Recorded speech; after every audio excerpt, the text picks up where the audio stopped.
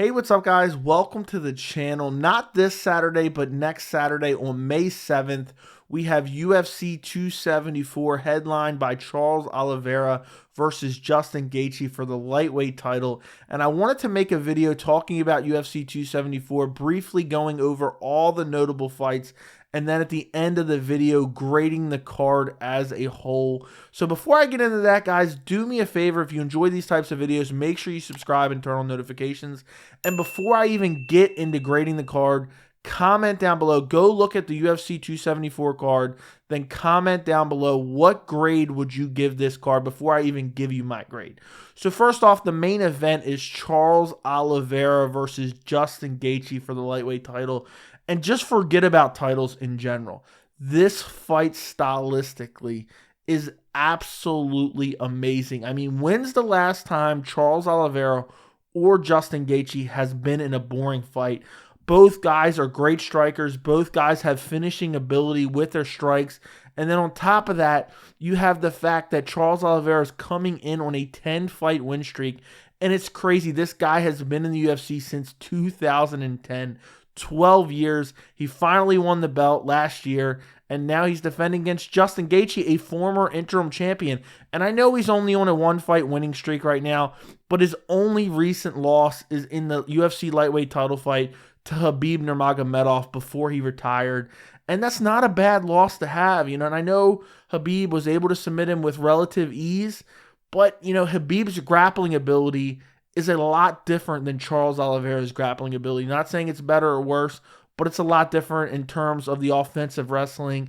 And I just think this is a super compelling matchup because my favorite types of fights are when, I have an idea of how the fight might play out, but, it could really go either way. And I feel like most people are saying, it can go either way.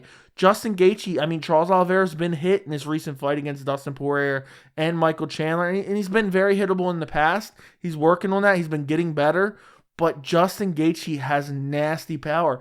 And then you look at the Khabib loss, and when you get Justin Gaethje down, his defensive jiu-jitsu and his submission defense clearly is not the best.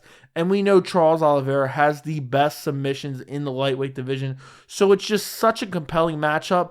And, both guys are just so good. Either guy could win. And I am really looking forward to this main event. And there's a lot on the line. It's the lightweight title. You throw that in there on top of everything else. This fight should be amazing no matter how it ends.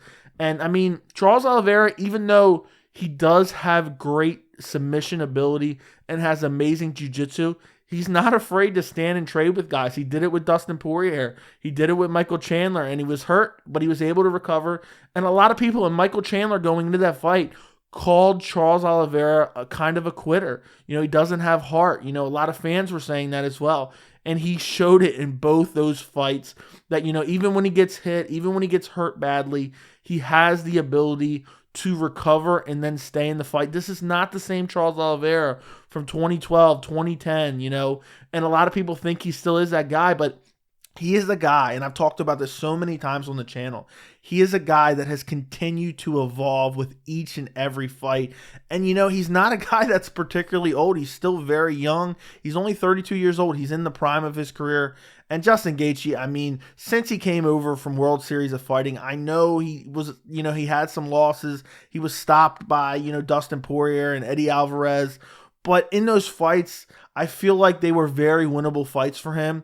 And I feel like he's cleaned up and, he's cleaned up his striking defense, and he's been so much better in his last, 4 or 5 fights, and only has that loss to Khabib Nurmagomedov. He brutally KO'd James Vick and basically into retirement, brutally KO'd Edson Barboza, brutally TKO'd Donald Cerrone, and that short notice beatdown of Tony Ferguson was unbelievable to claim the interim lightweight title. And then most recently, that wild fight against Michael Chandler that he won by decision. Third round wasn't that great, but Justin Gaethje looked great in that fight. And Michael Chandler's a great fighter. and was able to land some big shots on Justin Gaethje, and he was able to absorb them and survive.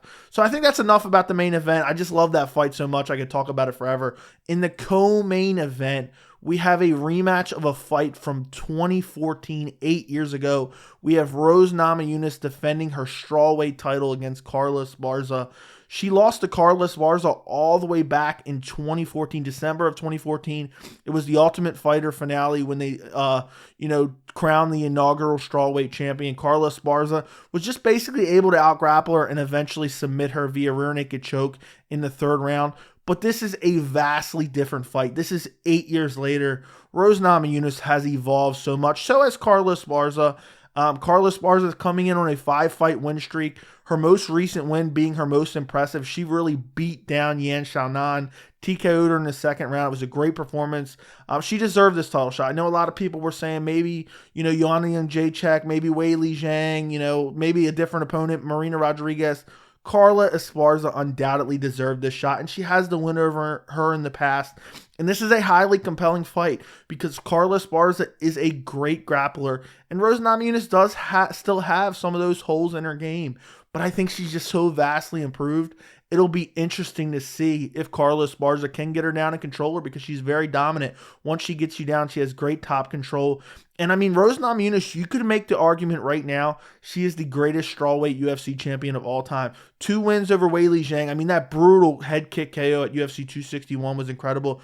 Then wins the split decision back at UFC 268 in a very close fight. She avenged her loss against Jessica Andrade. She has 2 wins over Joanna Jacek, 1 being a KO. And she's just gotten so much better over the course of her UFC career. And I honestly can't wait for this fight. I know a lot of people complain, oh, Carla's boring, she doesn't do much. This is a very compelling striker versus grappler matchup. Because if Carla Esparza cannot go out there and get her down, she's going to be in massive trouble. And if Rose Namajunas gets taken down and she doesn't have the ability to get up, she's going to be in serious trouble. So I'm really looking forward to this fight. I think this fight, being a rematch 8 years in the making is super compelling as well. So moving down the card, one of my favorite fights on the card, we have Michael Chandler versus Tony Ferguson. And first and foremost, I mean, have either one of these guys ever been in a boring fight? No, Michael Chandler, ever since, I've watched him ever since he's been in Bellator, and he is always in exciting fights. Obviously, all 3 of his UFC fights have been exciting.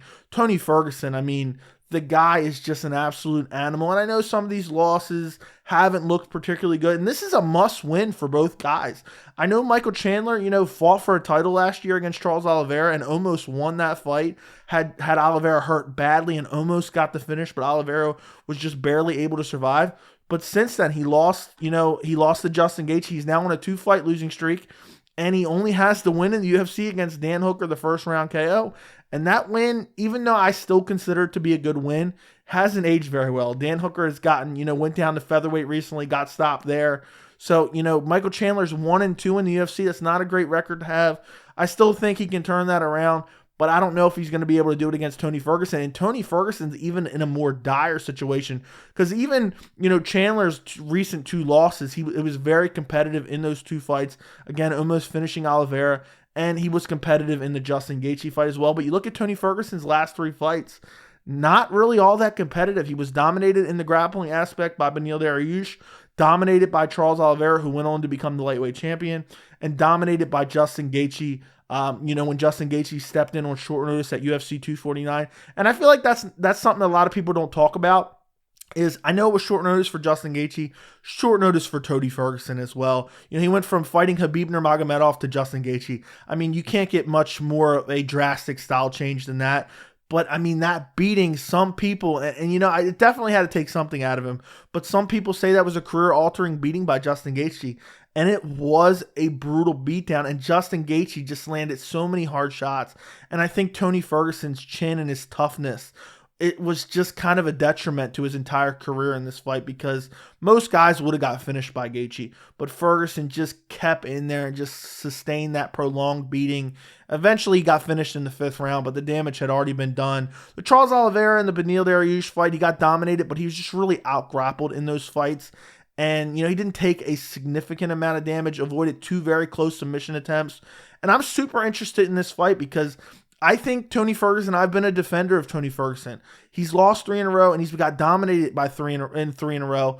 But all 3 of these opponents, Beneil Dariush, on the cusp of a title shot himself. If he would have fought Islam Makhachev, that would have been a #1 contender fight. Charles Oliveira is the lightweight champion. Justin Gaethje fighting for the lightweight title. So, Michael Chandler is a guy that is very good and is an elite lightweight. But if Tony Ferguson drops a 4th in a row, at his advanced age, I don't know where his career goes from there, but I really think he can win this fight. Michael Chandler is super explosive and powerful early, but he tends to fade. He has decent stamina. I'm not saying that this is a guy that can't go 5 rounds, but you look at Tony Ferguson, he has ungodly stamina.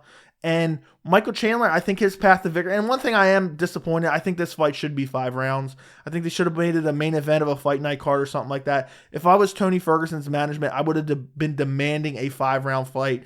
But either way, I still think Michael Chandler is his best path to victory is to go out there and try to take Tony down, control him, ground and pound him on the ground. But Michael Chandler's cardio, even though he's a great wrestler, he's not a guy that can really has the stamina to go out there and do some heavy grappling for a substantial period of time. And Tony Ferguson's a guy that you take him down and he just never really accepts the position. Even though he can be controlled, he's constantly trying to scramble up. He's constantly throwing elbows from the bottom. So I'm very interested to see how this fight plays out. And it's really, a do or die for Tony Ferguson, but it's kind of a must-win for Michael Chandler as well. And it's a very interesting fight within the lightweight division. Moving down the card. And this is where the card, those top 3 fights, I really love those top 3 fights. But this is kind of where, it gets a little weird. You have Maurício Shogun Rua versus OSP, a rematch from 2014, a rematch none of us really wanted. I mean, who wanted to see this fight? I certainly did not. Shogun, I feel like he should have retired forever ago. I'm not really particularly interested in this fight by any means. Back in the first fight, OSP knocked him out in the first round. Wasn't really a long fight by any means. And, there wasn't really any more questions we needed to see answered 8 years later. So not super interested in that fight. Then moving down the card, still in the pay-per-view, we have Donald Cowboy Cerrone versus Joe Lauzon. I mean, Cowboy Cerrone has lost basically 5 in a row. He has that no contest in there against Nico Price. That was a close fight. That was a majority draw. But because Nico Price tested positive for marijuana, it was overturned into a no contest. But, Cowboy Cerrone has not won a fight since May of 2019 against Ally Quinta, who is retired at this point in time. And I know the strength of schedule has been incredible. Losses to Tony Ferguson, but he was TKO'd and he was beat up badly in that fight. TKO'd by Justin Gaethje. TKO'd by Conor McGregor. He lost a unanimous decision to Anthony Pettis, who's no longer in the UFC. And most recently, destroyed by Alex Morono. I think it's time for Donald Cerrone really to hang it up. I think this might be his last fight. But, this is just not a fight I'm super interested in. Then you have Joe Lauzon, who hasn't fought since October of 2019. I thought he was retired, honestly. He won via TKO, and he was kind of getting out with the win. But before that, he was on a 3-fight losing streak. It's just both these guys I feel like should not be in the UFC. Both these guys should be retired. Not a fight I'm particularly interested in. Moving down the card, on the prelims, this is a fight that there's 2 fights on the prelims I really wanted to highlight, and then I'm going to grade the card. At the top of the prelims, you have Randy Brown versus Khaos Williams, and that's an amazing fight. I mean, Khaos Williams coming off that beautiful TKO over Miguel Baeza. I know that, Baeza has been, kind of iffy recently, but still a great win. And I just think this fight is an amazing matchup. Both guys have fan-friendly styles. Randy Brown coming in on a 2-fight win streak, getting that unanimous decision win against Jarrett Gooden in his last fight, October of last year. And then one other fight I wanted to highlight on the prelims, Brandon Royval versus Matt Schnell. Matt Schnell has been supposed to fight like 8 different times. The fights have got canceled for whatever reason. I think it wasn't his fault. It was his opponent. But I've talked about Brandon Royval before. If you have not seen his fights, you need to go watch them. He is a guy that always goes out there and puts on an exciting performance. And I think the flyweight division is really improving over the last 2 years or so. And Royval has wins over Kai Kara France, who's in the flyweight title discussion right now. I know he has a loss to Brandon Moreno, but it was kind of weird with an injury. He has a loss to Alexandre Pantoja. He was submitted in that fight, but he's able to compete with some of these elite level flyweights. He has a recent win over Rogério Bontorin. That was a solid win. I mean, Matt Schnell has not fought since January of last year against Tyson Nam. He won via split decision. So, I don't know where his ceiling is, but Brandon Royval, I'm always interested to see, and I'm happy to see him fight on the prelims of UFC 274. So my overall grade for this fight, and I'm a tough grader. I gave UFC 273, I think I gave it an A. I'm going to give this fight card a B-. And I love the main event. I love the co-main event. I even love Chandler versus Ferguson. But you look at those last 2 fights on the pay-per-view, which is what you're really buying. I mean, all 4 of these guys should be retired or out of the UFC fighting at Eagle FC or something like that.